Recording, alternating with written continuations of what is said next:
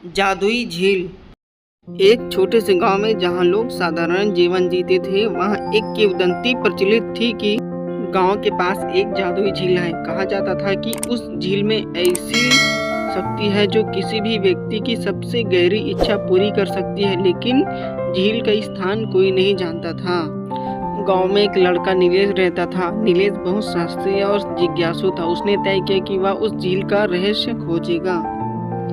उसने अपने सबसे करीबी दोस्तों प्रिया और अमित को भी इस खोज में शामिल कर लिया। तीनों ने अपनी खोज की शुरुआत की और गांव के बुजुर्ग से झील के बारे में जानकारी एकत्रित की। एक दिन उन्हें एक बुजुर्ग महिला मिली जिसने बताया कि झील तक पहुंचने के लिए 3 पहेलियां हल करनी होगी। पहली पहेली थी, जिसे देख सब डरते हैं वही दिखाएगा रास्ता। तीनों ने बहुत सोचा और आखिरकार समझ ही गए।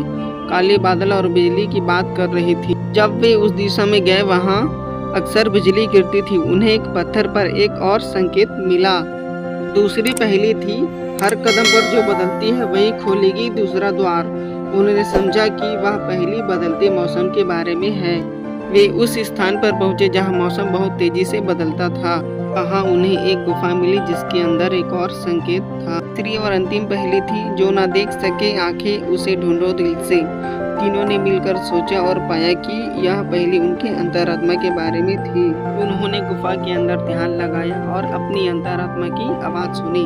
अचानक गुफा की दीवार पर एक दरवाजा खुल गया।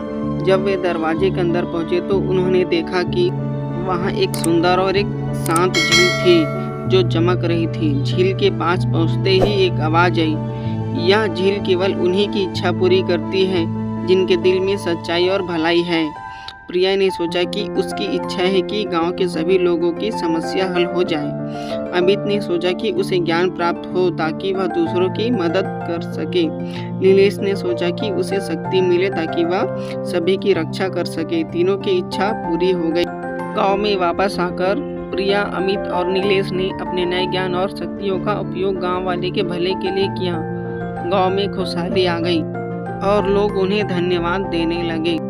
इस कहानी से हमें यह सीखने को मिलता है कि सच्ची इच्छाएं वही होती हैं जो दूसरों की भलाई के लिए हो, और हमें अपने ज्ञान और शक्तियों का उपयोग हमेशा अच्छे कामों के लिए करना चाहिए।